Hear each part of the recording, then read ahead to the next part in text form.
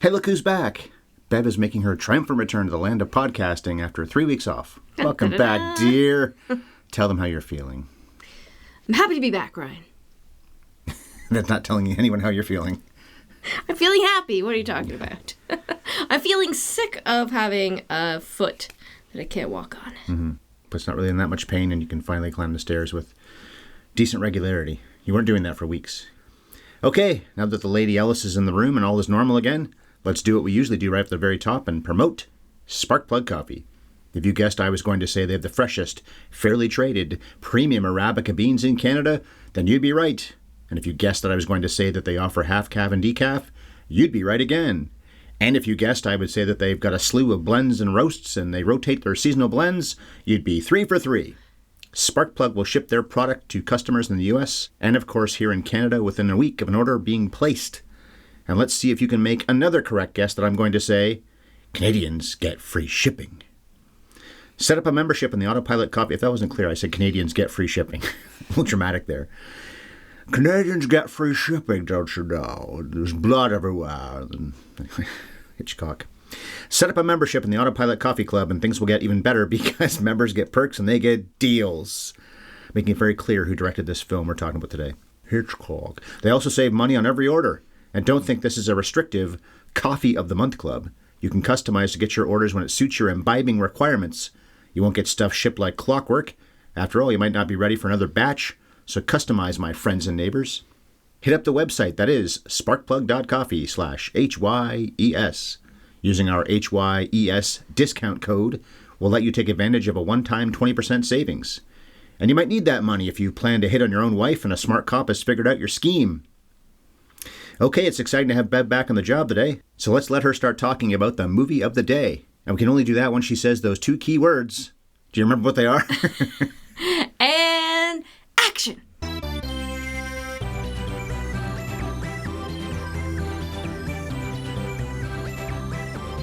Have you ever seen Dial M for Murder. Pip pip cheerio, everybody, and many thanks for downloading or streaming episode number 591 of this Classic Movies podcast. Have you ever seen reviews films from long ago and spoils them?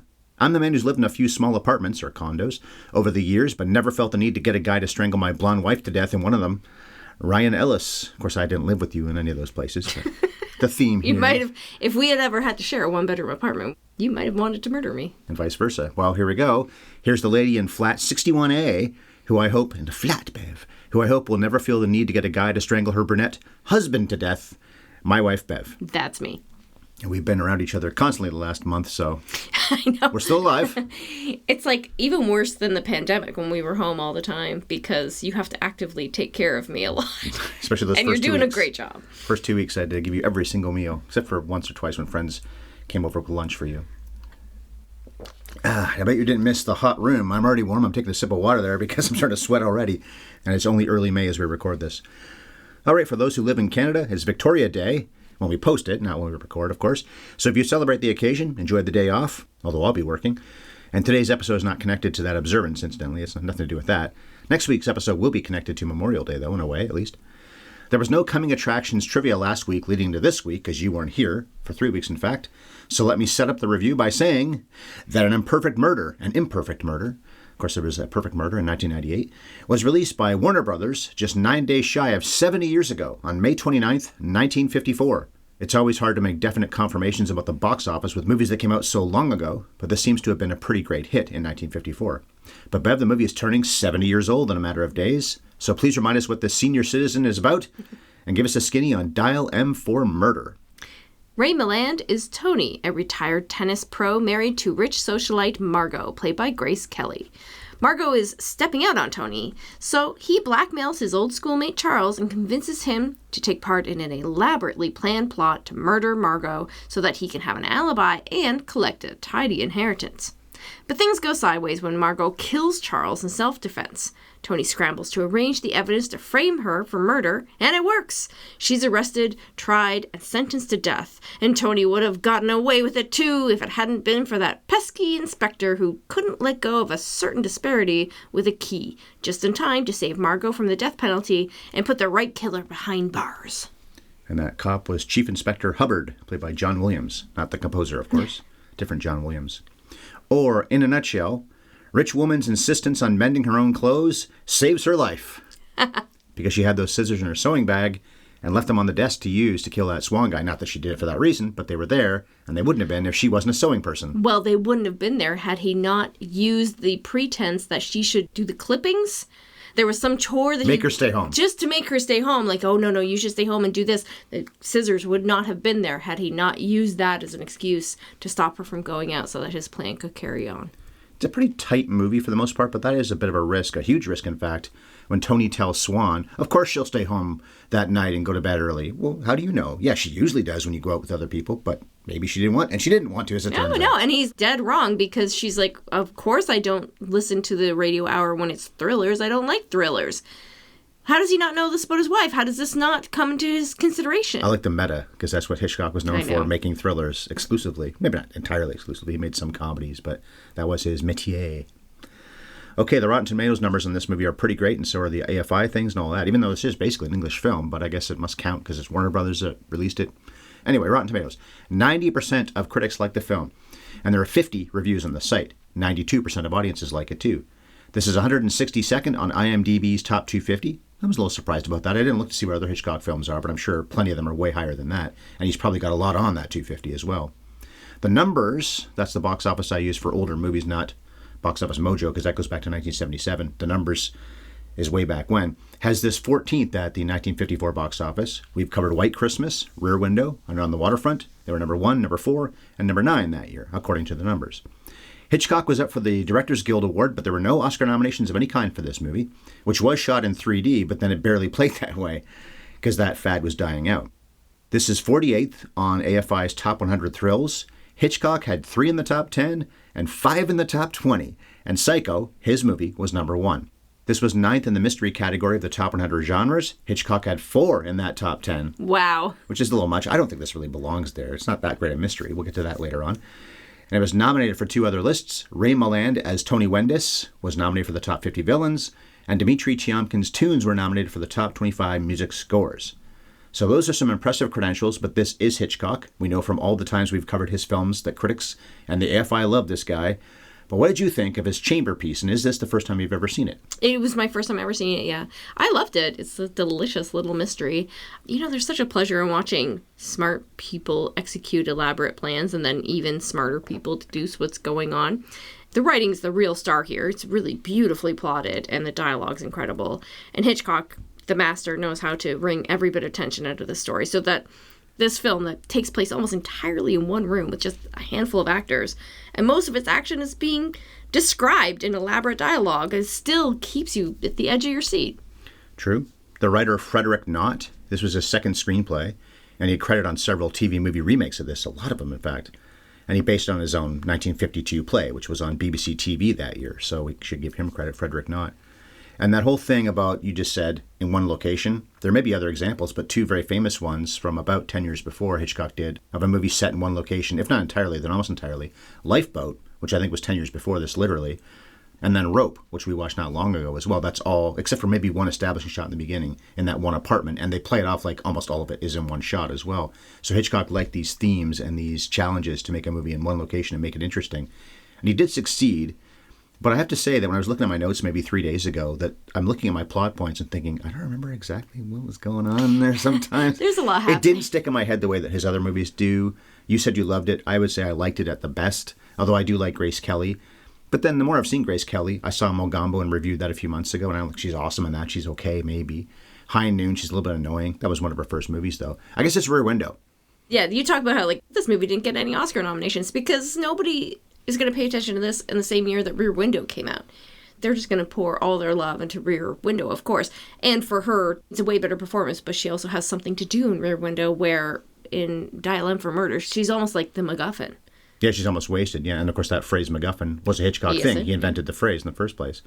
It's something that everyone wants, but it doesn't actually matter what it is. The microfilm in North by Northwest is a great example of that. In a way, the key is kind of the MacGuffin, I guess. She's more of a prop than a character. What did you think of her in the last scene because she plays it as if she's spaced out, and she wouldn't be stoned. She's coming from prison, which is also a fantasy that they'd let her out of prison without a huge armed guard. She's in jail and going to be put to death for killing somebody, so it's not like she was in jail for stealing something. The real fantasy is that she gets out of prison and her hair is set and she has her makeup done. Doesn't look as good as she often does, but looks pretty good, exactly, yeah. But what do you think of her performance there? Because she's got to play that she's spaced, basically, as if, I'm going to die, so what do you got me out here for? Not realizing she's going to be set free because of what they're putting in motion, what Hubbard's putting in motion. A totally wasted opportunity. This is a woman who's about to learn she was framed for this murder by her husband that was trying to kill her. Yeah. She shouldn't be spaced out. She should be enraged. She should be shocked and horrified and heartbroken. She should be relieved that she's not going to die. Why would they choose to have her be spaced out? Okay, that's on Hitchcock then.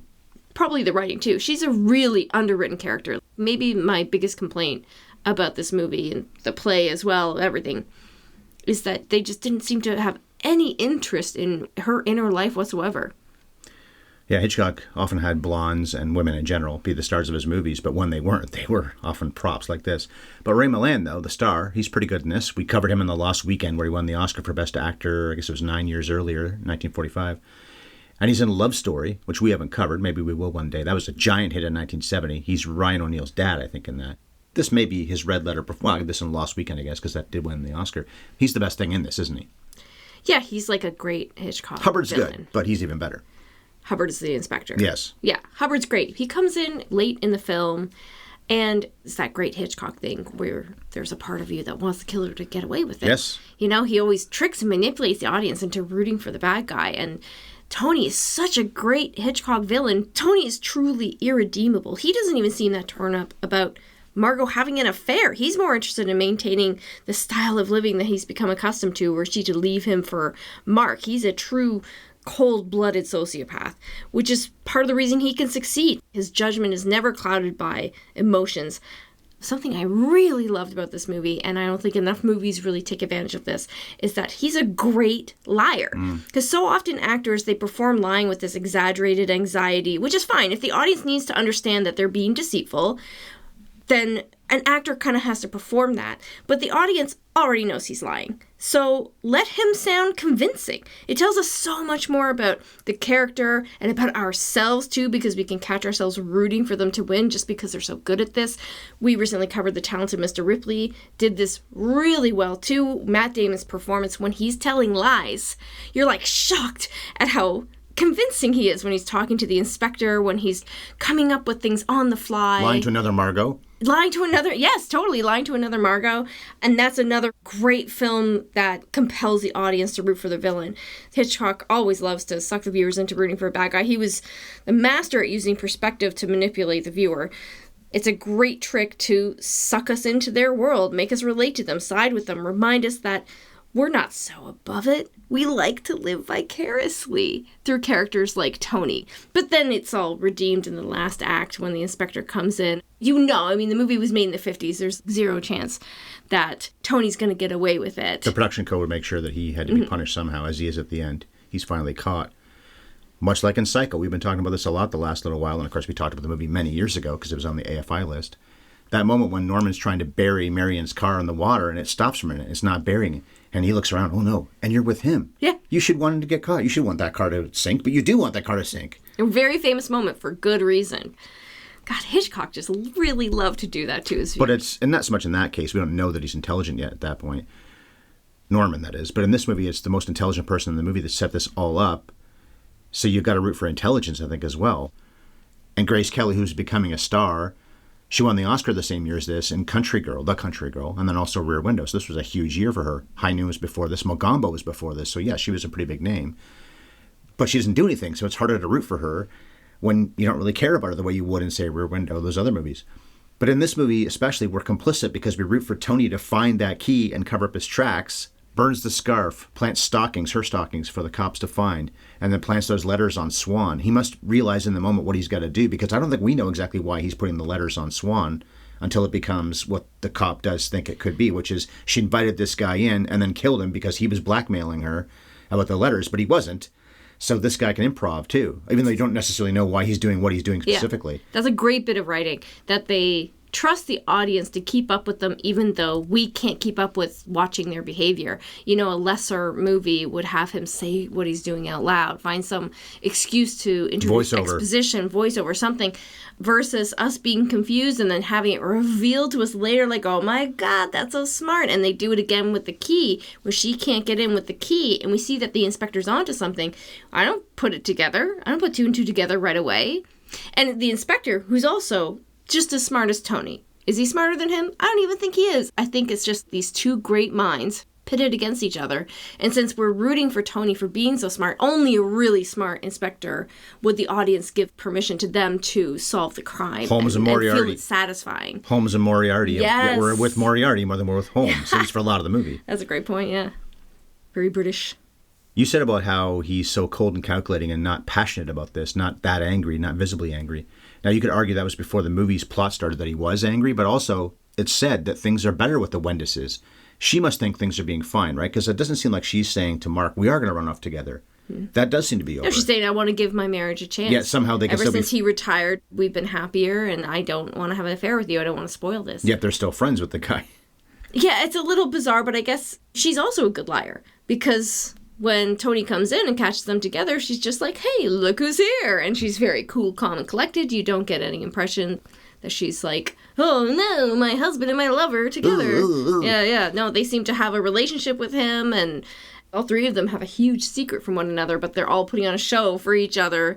It's so complex. Everybody knows something. Everybody knows something, and they're all hiding something, and it's just really cleverly done. And in that respect, I really appreciate the performers made the choice to be good at it. She's cheating on Tony, as we said, and that's common in Hitchcock films, to have infidelity or to have distrust in your partner, like in Suspicion, which we watched not that long ago as well. Cary Grant and I think Joan Fontaine are in that one. Or weird romantic relationships as well. Even though he had a great marriage to Alma all those years, and we got to mention Alma because she was never given enough credit for how much she contributed to his films. You got to wonder if she had never left him, or if they got divorced, or she died, or what have you, and he kept making movies. Would they have been as good as when she did help him out? Look at what happened to Bogdanovich and George Lucas when they lost their wives, or when their wives divorced, whatever. Their filmmaking output was never the same as it was when they were with those wives. And maybe with Alma Hitchcock, that was even more true. She was a huge part of his movie making and probably should have been given credit all along somehow, maybe as an executive producer or something, but she never was. No, yeah. She was once in a while credited. They met making movies. They were separate making movies, and that's how they got together. But I'm sure she was a huge part of this one as well, like everything else. Mm-hmm. And the 50s were so awesome for him because it started out not so great. I forget what the 1950 movie was. I think he made one that year. But then we've covered Strangers on a Train. That was 51. 54 was Rear Window, and this. 55 is To Catch a Thief with Grace Kelly again. 56 was The Wrong Man. We watched that a couple of years ago. That's a pretty good one with Henry Fonda. 57 is something, maybe The Man Who Knew Too Much, or that might be 56 also. But then Vertigo, North by Northwest, and Psycho, 58, 59, and 60. What a decade for that guy. Now, the scene with Tony and with Swan is also about deception because they both have fake names. In the remake, A Perfect Murder, and there have been other remakes, but that's the, if not only cinematic adaptation of this story, A Perfect Murder, the Michael Douglas movie. Andrew Davis, I think, directed that, the fugitive director. And then in that movie, spoiler alert, although this is really early on, so it's not, I think maybe be the marketing that they acknowledge this, but Michael Douglas is Milan's character, Viggo Mortensen is Robert Cummings' character, Mark, and then Gwyneth Paltrow is the Grace Kelly character. The basic idea is the same. He hires somebody to, or whatever, blackmail somebody, con somebody into killing his wife, but he hires the lover to do it. So Viggo and Gwyneth were doing it, and Michael Douglas gets the lover to kill her. And I think the story plays out basically the same way beyond that. The scene with Swan is pretty good, though. When you see Tony wiping down the fingerprints, doesn't want evidence that the guy was ever there in the first place. It's a pretty insidious scene and a pretty good, maybe the best scene in the whole movie, actually. Then again, the whole attempted killing is one of the more famous things in all of Hitchcock. If you were to show a montage of Hitchcock visuals, and there's so many great ones, you got to show the scene when Anthony Dawson is about to try to strangle Grace Kelly a few times when she's on the phone. Oh, I can't quite get the thing over because the phone cord will be in the way, and she's got to move. And again, you're rooting for a bad guy. You want her to stop moving around, let her neck be available so he can strangle her. You don't want her to die, of course, but you do at the same point. It's such a gruesome thing, too, that the phone is connected to Tony, who's listening to his wife get choked to death. Of course, it fails, but what a gruesome thing that he's just listening to the murder, calmly chilling on the other end of that phone, hoping it all works out. He said he considered killing her in the scene where he talks to Swan as well. He's retired now. He sells sports equipment. He's got a pretty good life. And we mentioned that she's an heiress and she's got a lot of money, and yet they live in a pretty small flat. You wondered at one point, is it a place that doesn't even have a kitchen? It must have a bathroom. But then they do show the kitchen. I think it was right after you mentioned that they show that there is a kitchen over there. And I forget, the bathroom's through the bedroom. You have to go through the bedroom to get to the bathroom. But what a small flat for people that have money. I know. I didn't really follow that. You think that they would live in a big, beautiful house, and it would make shooting so much easier. Or a flat, but just with more options. Yeah, totally. Bigger, Just make it bigger. And speaking of that, this was shot in 3D. I've never seen it that way. I think House of Wax is maybe one of the more famous 3D movies made around this time frame when it was so big. That was the year before this. That was a gigantic hit. That's somewhere on the list of all-time Box Office Mojo hits, when you adjust for inflation, of course. But then a year later, it was dying out, and Hitchcock knew it would die out. But you do have a few examples, and I pointed them out early on. Oh, that's when they use 3D. Something's close. I think there's a lamp that's close to the camera at one point. People point to the camera every once in a while. And we didn't get to watch it 3D, of course, but I've read lots of beautiful descriptions about it of people who have had a chance to see it. And apparently it barely ever played in 3D when it was initially released. Most theaters were tired of 3D. It was glitchy, and the projections didn't work very well, and audiences didn't care anymore. They were going to be drawn to see a Hitchcock movie anyway, so they said, just air it in 2D. Who cares? But then in revivals, it came back in 3D. He was a master of blocking. It makes sense that he would know how to use 3D to his advantage, and apparently there's only one moment where it actually extends past the screen. I don't know if there's a word for this, but most of the time with 3D goes three-dimensional? Most of the time 3D just gives depth, right? Yeah. And every once in a while you can shoot it so it looks like something's coming right at the audience. And the only time that happens is when Grace Kelly is on her back being choked to death, fighting for her life, and her arm reaches out towards the camera. Help me, audience. Yeah, it was a great impact, right? And of course you could trust Hitchcock to do a great job with that. I wish we could have seen it 3D. I would be so curious to see how a master like him, and especially a master of mise-en-scène, he just knows how to block. He knows how to put everything right in front of the camera in the most perfect clockwork fashion, and everything's so meticulously planned for him. It would have been beautiful to see. It's disappointing that it is so hard to see that way. It's also interesting in smart writing and smart production by Hitchcock. He's the uncredited producer, as always, in his movies, or almost always. Certainly by this point he was. I've never said produced by Alfred Hitchcock. I don't think ever, but he did produce his own movies usually. But a smart move by him, not whatever, maybe both of them, to have it be that Tony's watch stops. So this is his plan. He's going to call at 10:57, and then Swan's going to kill her right around 11 by the time she gets up and answers the phone. Although I guess, whatever. It's around 11 o'clock. But it's way past 11 when he figures out what time it is, so he's late. He's about to leave the apartment. He doesn't know what to do. He's wandering around. He's not in his position.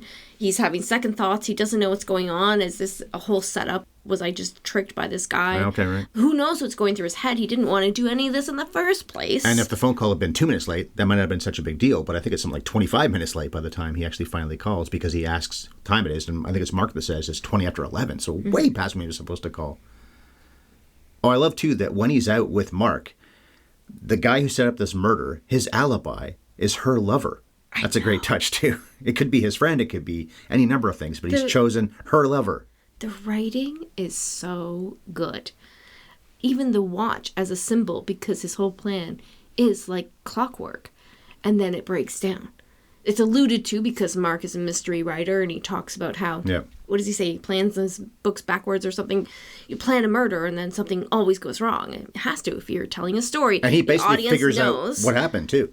He and Hubbard separately both basically figure out, not entirely, but both basically say out loud, especially Mark, what did happen. But he doesn't figure out what happens. He invents what happens and just happens to be right. But that's what I mean. He's inventing the stories. He's not thinking the same way as the inspector. He's thinking the same way as Tony. He's like, well, if I was going to kill my wife, how would I do it? Oh, I would convince somebody to do it for me so I had an alibi. I would make a phone call. I would hide the stockings, whatever. All the little machinations that he does, he puts it together with the mind of a crime writer. Tony has the same mind because he came up with that same crime, but one is a creative person that would use it to save her, and one would use it to kill her. We've already said Grace Kelly's not incredible in this movie, and it's probably more that she's underwritten than she's actually not playing it very well. But the scene when she's interrogated, and that's what ends up putting her in jail for murder, is done artily. It's actually a little bit similar to what Hitchcock does with Jimmy Stewart in Vertigo when he goes over the edge and ends up in the asylum. In that case, it's just his head and visual effects, animation as well as used there. This is her, but she's looking up, almost like the Janet Leigh driving scenes where apparently Hitchcock was saying things to her in the set and making her react to that, almost like she's an idiot, she wouldn't ever take this money, why would she want this? And all these things that she is be thinking happening about in her mind. Right. And she doesn't really overplay that. It's not like Janet Leigh's twitching every which way. But Grace Kelly does more so. Now, she is on trial for murder. You do save a lot of money, though, by not having a trial and all kinds of other actors in there, and by just having her looking this way, looking that way, and then guilty, going to jail forever until you're dead. You know, aside from the stars, this movie must have been made for a song. Although maybe not, because it was 3D as well, so I'm sure that would have cost more. But you talked about how this has been remade, TV, movies. I'm sure it's been put on stage plenty of times. It started off as a play. Uh-huh. And it's so obvious to me why this would be popular to recreate over and over again. And the number one reason is it's really easy to do cheap. You have one room, you have 5 actors, you have this outstanding script. Every actor is going to be fighting to be in something like this. Maybe not whoever plays Margot, but how many actors would just love to sink their teeth into the dialogue that Tony gets or the inspector gets? Yeah, those 2 characters especially, Ray Milland and John Williams as roles. I guess Hubbard would have figured things out anyway, and he couldn't let it go because that's his job. But it's when Tony has all those bank withdrawals, and then there's that briefcase full of money that Mark finds that's on the bed when he's hiding in the bedroom, and Tony's talking to Hubbard out in the living room. I don't know if the money was the reason why he was brought down. That was the reason why he did this. Obviously, it's why he wanted to kill his wife. But it didn't help him either. And if it hadn't been for the money stuff, if he could have maybe waited longer than a few months, because this is supposed to only have been a few months since this happened. She was tried, convicted, and is going to be put to death. It hasn't been years yet. Be patient, guy. You've already got a pretty good life here going on, but he can't be. But anyway, I think Hubbard probably would have wanted to figure this out anyway, because it's his job to. And he switches his overcoat with Tony, then he has his key. And that's the other thing with the watch stopping. If Tony had been on time, maybe Swan would have done this anyway, because it only takes a second to unlock a door and then slip the key right behind you under that rug in the hallway, which is what he did do. But when he's got so much more time, he might as well just go ahead and do that. He's got to do it at some point. All right, I'll do this right now. And Tony never thought that he would do that. That's one of the reasons why he's beaten as well. Right. Because Tony switches the wrong key. Yeah. And that's how Hubbard figured this all out. It had not been for that. The key is the key. Just like in Notorious, that's a very big part of the plot. And it is a mistake that Tony makes, because he should have just made the connection when he was making the plan to say, unlock the door, immediately hide the key. And we said, and Hitchcock's answer would be, there'd be no mover if he did this. But why didn't he just make a duplicate key? Because even if he was killed, which Tony's not planning on happening, of course, but let's say this goes the way it did and he's killed, and the key is found, well, you could say what they do say, which is, oh, didn't you have your bag stolen at one point, Margot? And somebody made a duplicate key, found out where you lived, and tried to rob you. There's a lot of situations where a duplicate key wouldn't be believable, but this is one time where it would have been. And speaking of the key, there's a great homage to his own movie when the camera does a tight pull-in on his hand holding the key, when there's all the back and forth about where it is. Notorious does that too. Yeah, direct callback to Notorious that has this incredible crane shot of the camera coming down from the second floor to do a tight focus on a key in her hand. Ingrid Bergman there, yeah. And when Tony comes back with Margot's handbag from jail and the key doesn't work, that's when Hubbard and Mark and Margot and we know the jig is up. I like the way that Tony plays it, though, at the end. Just pours drinks and, all right, well, I know I'm caught, but let's have a nice little moment here because I'm never going to get to drink again. The man has no emotions whatsoever, right? He's just so completely detached. You know, I saw a couple of criticisms that people talking about this movie, they said left them a little cold because there's no one to root for, because there doesn't seem to be very many heightened emotions, but he always gives his films this clinical perspective. He has this very impartial, almost omnipotent style. He always reserves his worst judgment for us, the viewers, for being so easily manipulated into rooting for criminals. And also his main characters, the guys, are usually the main characters. Even if they're not like Tony and they're attempted murderers, or what you want to call it, or the strangers on a train guys. Jimmy Stewart in Rear Window, Cary Grant in Notorious, Norma Bates obviously in Psycho. They're very flawed people. Norma Bates more so than those other guys. But some of the things that Grant does in Notorious and Jimmy Stewart does to Grace Kelly, makes her do, wants her to do, in Rear Window, are not heroic acts at all. Certainly not Jimmy Stewart in Vertigo either. Hell no. Yeah, no, he's a villain. So that's the other thing, is that he gives his main characters a certain amount of depth and prickliness, if you will, because they're not just innocent all-American boys who've been, well, I guess in The Wrong Man he's framed and he's completely innocent in that whole movie, but that's a pretty uncommon thing. It's a common theme that Hitchcock went back to.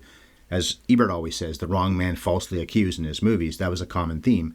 But I think that's one of the few times where the wrong man was a pretty upstanding person the whole time. So I mentioned Ray Milland won the Oscar for Lost Weekend and was in Love Story. but we've only covered them that one time in The Lost Weekend. Grace Kelly only made, I think it was something like 12 movies. She did 3 with Hitchcock in 2 years because she did Rear Window and this the same year. We mentioned that. But To Catch a Thief was the very next year. She was in High Noon, Mogambo. We've covered 4 movies now with her. High Noon, Mogambo, Rear Window, and this today. Robert Cummings, the crime writer Mark, was in Saboteur for Hitchcock a little over 10 years earlier. And I was reading online that Hitchcock wasn't a big fan of his performance in that, but then cast him in this movie. Maybe because he plays a bland, boring guy for the most part, and maybe that's what he was doing in Saboteur he didn't like. Cummings was in a lot of TV shows beyond that. I didn't see a lot of credits that really stood out beyond the 2 Hitchcock movies. John Williams, who is Hubbard in this, was in Sabrina. He's Sabrina's dad. We covered that just a few months ago. He was in To Catch a Thief for Hitchcock the year after this, was also in a Dial M for Murder TV movie in 1958, so only a few years later, and he won the Tony Award in 1953 for playing Hubbard on stage. Really? He's fine in this, good in this, but Tony Award? Really? Maybe the stage performance is a lot better than this, because by no means am I saying he's not good. He and Milland are the best thing in the whole film, but award? Thoughts? Maybe it was a slow year. It might have been a slow year at the Tonys. When I read that, I thought that has to be wrong, but I guess I was wrong that it was wrong. Before we get too far away from the actors, I just want to make a silly note about Grace Kelly as an actress. She had an untimely death in her middle age after she married Prince Rainier, moved to Monaco, and had a car accident. And there are some conspiracies that she was murdered by her husband. Somebody tampered with the brakes or whatever, that they wanted to get rid of her, but he couldn't get a divorce because the royal family, blah, blah, blah. So they just kind of arranged for her to be unalive. I heard that she was somebody who messed around with other actors and maybe directors in her movies a lot of the time. I also heard that she wanted to go back to Hollywood and act again, maybe even in Marnie, a controversial character, and they would have not stood for that. I forget what the time frame was on when the accident happened and when the movie came out in 1964. I read a biography about her many years ago, and most of the details have left me, but one quote I always remember, which I'll definitely butcher now, was Hitchcock, when he was asked about her, said something to the effect of, she showed up to set prim in her nice dress and her gloves all the way up to her elbows, but by the time that film wrapped, she would have slept with everybody on set, even the script boy, which I think was probably a bit of cattiness on his part. Cattiness is a nice way to say it, but he certainly had a reputation of his own, and it's quite likely that he tried to sleep with her and failed, and then said some pretty nasty things about her. Although I think they got along pretty well, because I believe she wanted to be in Marnie, or at least thought about it, and he wanted her for it. But I can see him saying that too and having that attitude. Last actor I want to highlight, there are other actors in this. Somebody called the Storyteller. Leo Britt plays the Storyteller. Who is that? Is that somebody who's maybe the voiceover in the courtroom scene or something? Oh, maybe that's it. Who cares then? Anyway, The last actor, Anthony Dawson, who does play Charles Swan, the attempted killer, who gets killed. Pretty gruesome way he dies, too, because she stabs him with the scissors in the small, not the small of the back, the shoulder blade. Probably shouldn't have killed him, although that does it? He falls over and then lands on the scissors, which just embed in his back. Right. He maybe still shouldn't have died from that, but there's not really blood because he didn't show blood. He would have died from blood loss. 2 scissor pieces, whatever you want to call it, both going in your back at the same time, fully. I guess he would bleed out pretty fast from that, wouldn't he? I guess it could have gone into his heart, because he dies more or less instantly. He was in some Bond films, including Dr. No, and was Blofeld in From Russia with Love. That must have been a brief part of that movie. I don't think I remember Blofeld being in From Russia with Love. Anyway. Hitchcock, of course, was the director. This is the 9th film of his that we have covered over the years, so that's not the most, I don't think, of any director, but it's up there. Shadow of a Doubt, I think, was Hitchcock's favorite film of his own, and one of my favorites of his. Notorious, Strangers on a Train, Rear Window, Vertigo, North by Northwest, Psycho, and The Birds. We've covered all 8 of those. Now this is the 9th. And Knott wrote this, as I said earlier on, based on his own play. The movie is 185-1. We saw the print on Canopy. That wasn't very good, so it was nice it was free on Canopy. It didn't even use any credits. I think it was truly free on Canopy. But it was a bit of a spotty, crappy print. And then because I'd recorded it from TCM months ago, I thought when it was over, let's just see if we maybe should have watched this. We queued in maybe 5 minutes. It looks the same. So that's just the print you get, I guess, at this point. Robert Burke shot the movie. He shot a lot for Hitchcock. In fact, I counted 12 movies and won the Oscar the year after this for To Catch a Thief, the Grace Kelly, Cary Grant movie. The editor was Rudy Fair, not George Tomasini. He edited Hitchcock movies maybe soon at this point, but at this point he wasn't editing for him. Fair cut Key Largo, which I covered last year, and his last movie was Pritzizana, Charlie Patana. I haven't seen that movie in a long time. Really should watch it. Nicholson, John Huston directed it. The composer, Dmitri Tiomkin, had that AFI-nominated score for this. Won 4 Oscars. We've covered him so many times. 1, 2, 3, 4, 5, 6, 7, 8, 9. Is it 10? I think it's 10. You Can't Take It With You, which I covered back in Oscar month. Mr. Smith Goes to Washington, one of your favorites.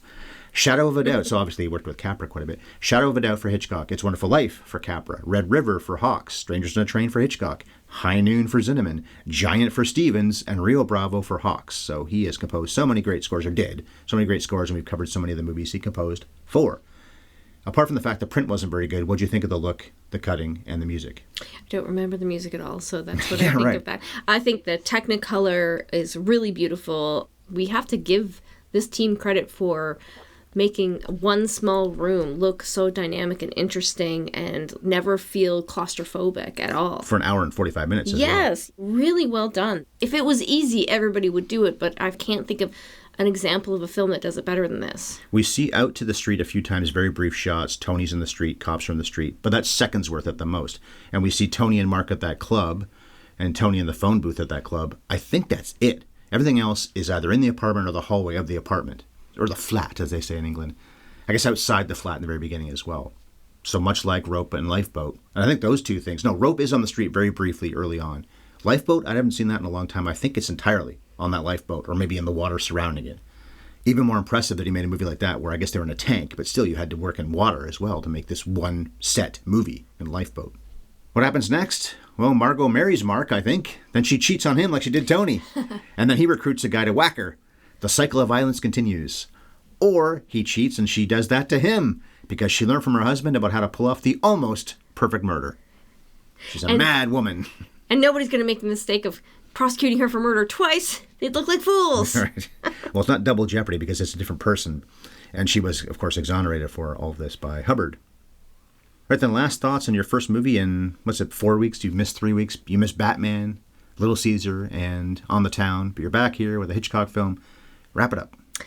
So I may not be the biggest Hitchcock fan, but his films are always fun to watch and to sink your teeth into. You could safely call this a lesser Hitchcock, I guess, but you still would have more fun watching this 70-year-old one-room thriller than most thrillers made in the last 10 years. Oh, I think that's probably true. I still don't think it belongs on the mysteries list, except the mystery is that we know what Tony does, and I guess no one else does because the other guy who was involved in this is dead, but it's all about how is Hubbard or somebody, but Hubbard, going to figure this out, or Mark or somebody has to figure out the plot. Still don't think it belongs in the mystery category of the top 10 mystery movies of all time, but okay, they love Hitchcock. He had 4 of them in the top 10. So I guess the suspense is in knowing that the other shoe has to drop, and we've seen all the reasons why Tony is guilty, but how are they going to figure it out? So that was how we saw Dial M for Murder. We have another episode coming out in 7 days, of course, and we are going to tie it to an event that's happening that day.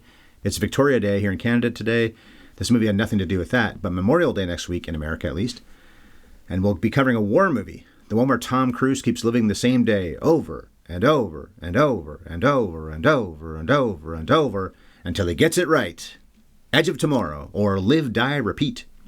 So the coming attraction's opinion question for Edge of Repeat, or Live, Die, Tomorrow, or whatever you want to call the movie. I guess the studio wanted it to be Edge of Tomorrow, but the filmmakers wanted it to be Live, Die, Repeat, which is a better title. A way better name. So the Groundhog Day concept of a day repeating for one person, but not for anyone else, has been done in movies lots of times, and it's often been done very well. We'll leave the legendary Groundhog Day out of it, because it doesn't get better than that, especially when it comes to comedy. So what beyond that is your favorite The Day Keeps Repeating on Me movie? And I'll give you some examples to think about. There might be others, but I'll give you some examples. Source Code, Run Lola Run, Happy Death Day, or its sequel, Happy Death Day to You, and Palm Springs. Which of these, or Edge of Tomorrow for that matter, something I missed maybe, is your favorite Groundhog Day-esque movie? And you can't go with Groundhog Day because that's too easy. All right, so for our answers to that question, check out next week's podcast about Edge of Tomorrow. You already know how to find us, but let me remind you to favorite or subscribe wherever you listen, which is also where you can find our archive of hundreds of episodes that are available for free. And while you're there, leave us a rating and a review. It's a great way to support the podcast. We're both on Twitter. I'm at Bev Ellis Ellis, and Ryan is at MovieFiend51. Or you can reach us by email, haveyouvrseenpodcast@gmail.com. And you can find our podcast on YouTube. Our channel is at HYES Ellis. And to enjoy freshly roasted premium coffee delivered straight to you in Canada or the US, please go to sparkplug.coffee/HYES and enjoy a 20% discount. Let's have a civilized drink before you take me off to jail. And cut.